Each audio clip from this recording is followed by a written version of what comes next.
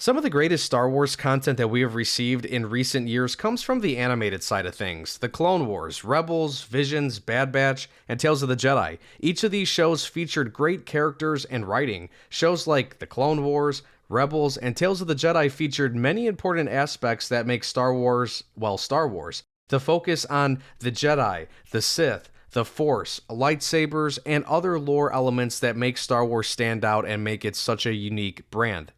There has been a lot of hype leading up to Ahsoka because she was one of the greatest characters in the Clone Wars, and I would argue today one of the most important characters in the franchise. And we finally get to see this character come to live action with some other great characters from another good show, Rebels. I, like many other fans, have been anxiously awaiting the release of this show, not only because I was getting impatient because I wanted more Star Wars content, but I also wanted good Star Wars content that was not controversial, and content that made me feel that special feeling that the franchise used to evoke in the past. Ahsoka's first 2 episodes did not disappoint. The premiere started off strong, and in my opinion, indicates that we just might be in good hands this time around, especially with Dave Filoni at the helm. Today I will review the start of the Ahsoka series, so let's go ahead and analyze this, shall we?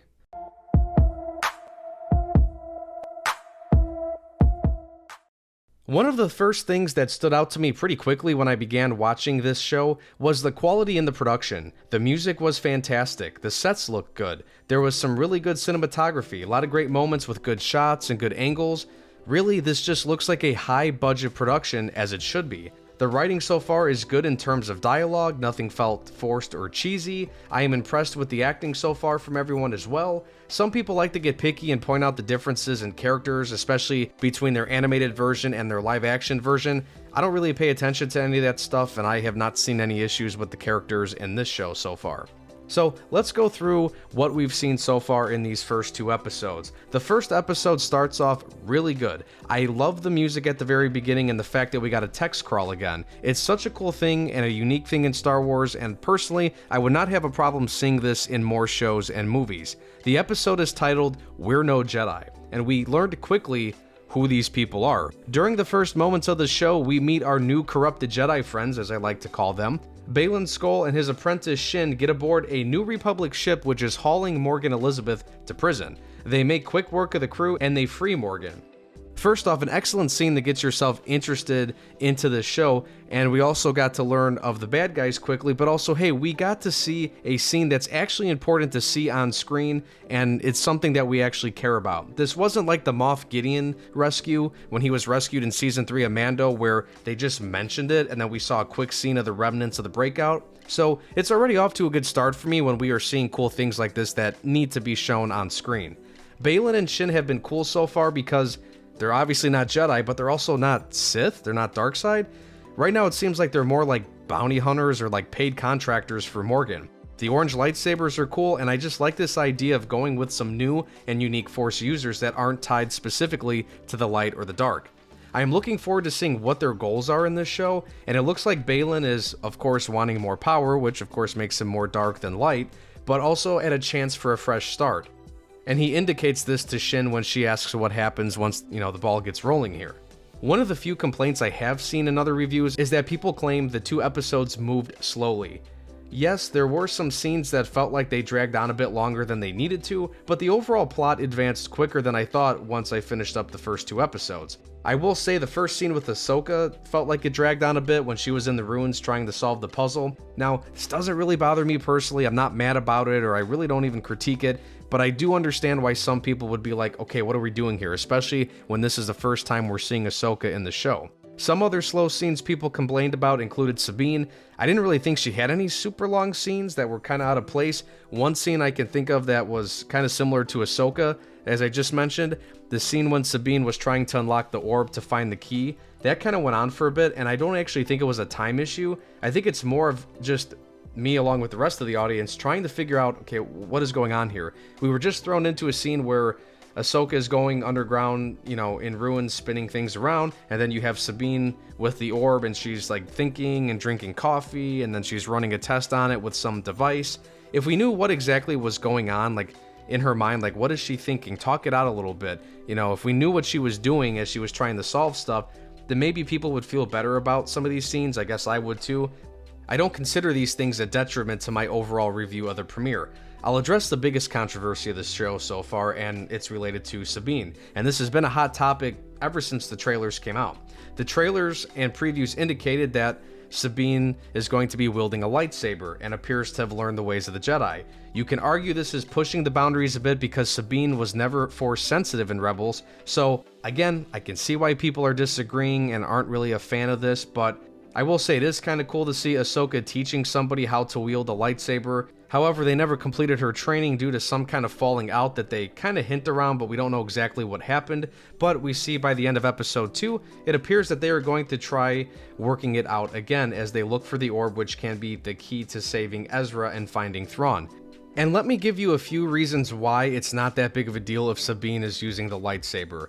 First off, the Jedi Order has been long gone, so the traditional rules don't need to be applied. Secondly, Ahsoka is not a Jedi anymore. She hasn't been for a long time, so she does not have to abide by the rules of the Order. And third, hey, I'm just glad to see that we are trying to keep the Jedi and the lightsabers around. This stuff makes Star Wars much more interesting, and you know, again, I feel like that's an underlying thing in Star Wars is we're always trying to see how can the Jedi exist even in a different time period.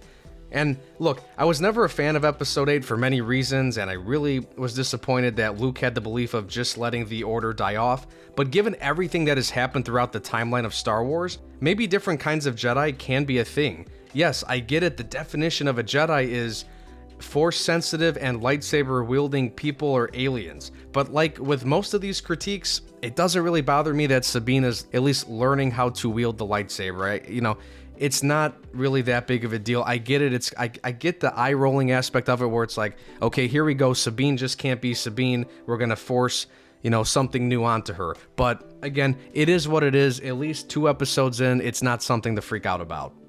And let's stay on the topic of lightsabers. One of the best parts about this show so far was the combat. There were quite a few fight scenes already, and they were pretty good. It's nice to see lightsabers clashing again. Oh, and we also got an old Inquisitor friend too, who's working with, in some way, shape, or form, with Baylan, Sin, and Morgan. Seeing another Inquisitor lightsaber was awesome. Hera flying the Ghost and chasing after a ship with Chopper was also nice and fun to see. It was like getting a little bit of that old school Rebels vibes while taking in the new stuff. Some people are saying the fights were not good enough. I guess if I had anything I could critique is I guess the fights with the droids were okay, not amazing. Obviously when it's actual beings fighting with each other with the sabers, that's going to be more entertaining I think most of the time. But again, I thought the fights were good enough. I personally am glad to see this show feature a lot of action. I laughed when I read IGN's review because they said the actors were too stiff. What do you mean by that? There was plenty of fighting and moving around, and there were some rather solemn and emotional moments too, because, well, Sabine is mourning the loss of Ezra while watching his last message, so it makes sense for things to slow down. Ahsoka had a quick moment of reflection when talking about Anakin and how she never finished her training with him because she left the Order.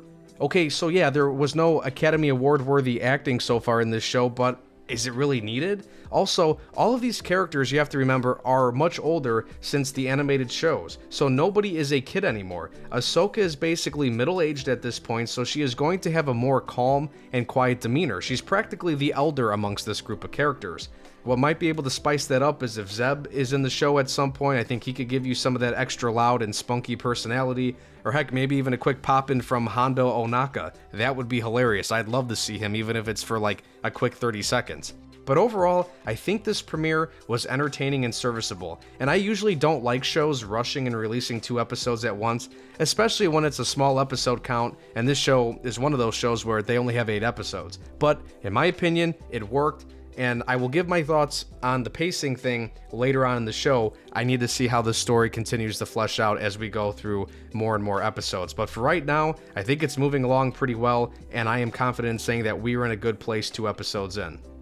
So thanks for watching the video, I really do appreciate it. If you can, give it a like, subscribe for more Star Wars content. I'll have more coverage on this show. Also, I have some great video game coverage planned over the next couple of months as we have some great games coming out in the fall, like Spider-Man 2. We also have Starfield. I really want to do some Starfield coverage. You could also listen to the podcast version of all my content on Spotify at Analyze This Podcast. Actually, just look up Analyze This Podcast and you could find me on multiple platforms like Apple Podcasts, Google Podcasts, iHeartRadio, and Stitcher. You can also find me on Twitter and TikTok, Twitter at AnalyzeThis_YT, and TikTok at AnalyzeThis54_YT.